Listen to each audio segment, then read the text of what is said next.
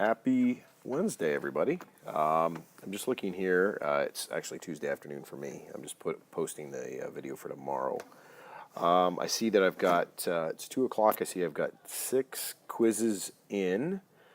So I'll check back again tonight when they're later tonight and see how many more have come in. I know here at Richtown we had a fog day, and so there'd be a number of students who probably weren't able to get to a school computer.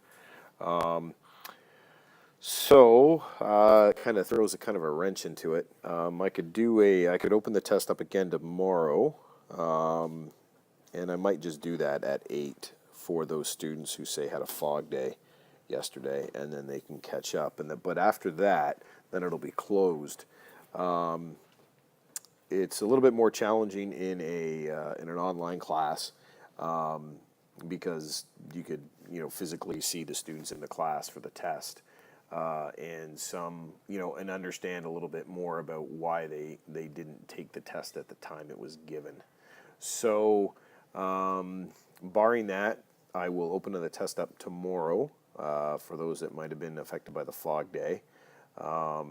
If you and your region are affected by a fog day, and moving forward later on by, say, a snow day, if you could just send me an instant message so I know then I can put you on that list for an extension, then that's not that hard to do. Okay. Anyway, so that's where we are with that. And so it kind of bumps everything back in Unit 2. There's really only 2 things that we're going to do with that first part of Unit 2, which gets into the rights and freedoms, which is actually a pretty significant aspect. To me, it's one of the most important aspects of the course. You get into the Charter of Rights and Freedoms. You get into that discussion about it. About how important and influential that part was, what a diehard fighter for that Pierre Elliott Trudeau was back in the late 70s, early 80s, and how much he fought to get that charter entrenched in the Constitution. All right. So anyway, we're going to start that tomorrow. And for those of you who did the test, you can start it tomorrow. For those of you who didn't, you can start it after you've done the test or later on in the day. All right. The activity shouldn't be that hard. There's only about 3 days in this week, starting tomorrow for the activity. So there's a discussion post in which I'm going to have you write a post as well as respond to somebody's post. And then there is a little chart where you're going to track down a famous Canadian who greatly influenced our current rights and freedoms, or possibly it could influence our rights and freedoms in the future. I know that there's a few political figures right now who some students might choose. So you're going to do a little chart analysis of that person. And that probably won't take you more than a period to do the chart and a period to do the discussion.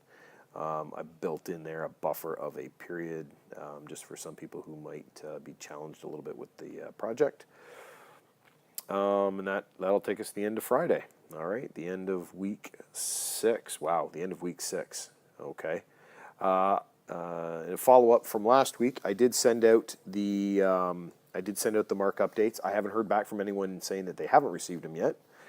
If you haven't gotten a mark update yet, please send me a text or a instant message, or even an email, because I'm just going to go forward with the list that I have right now, sending those things out. All right. I'm pretty sure I'm up to date in all the marking. With the end of Unit 1 comes the end of all the soft deadlines. If you have anything outstanding, you're going to contact me first. You're going to tell me why it's still outstanding. You can make your argument as to why I should look at it. But barring that, I'm not going to look at anything from Unit 1 now. Now we're into Unit 2. And yeah, all right.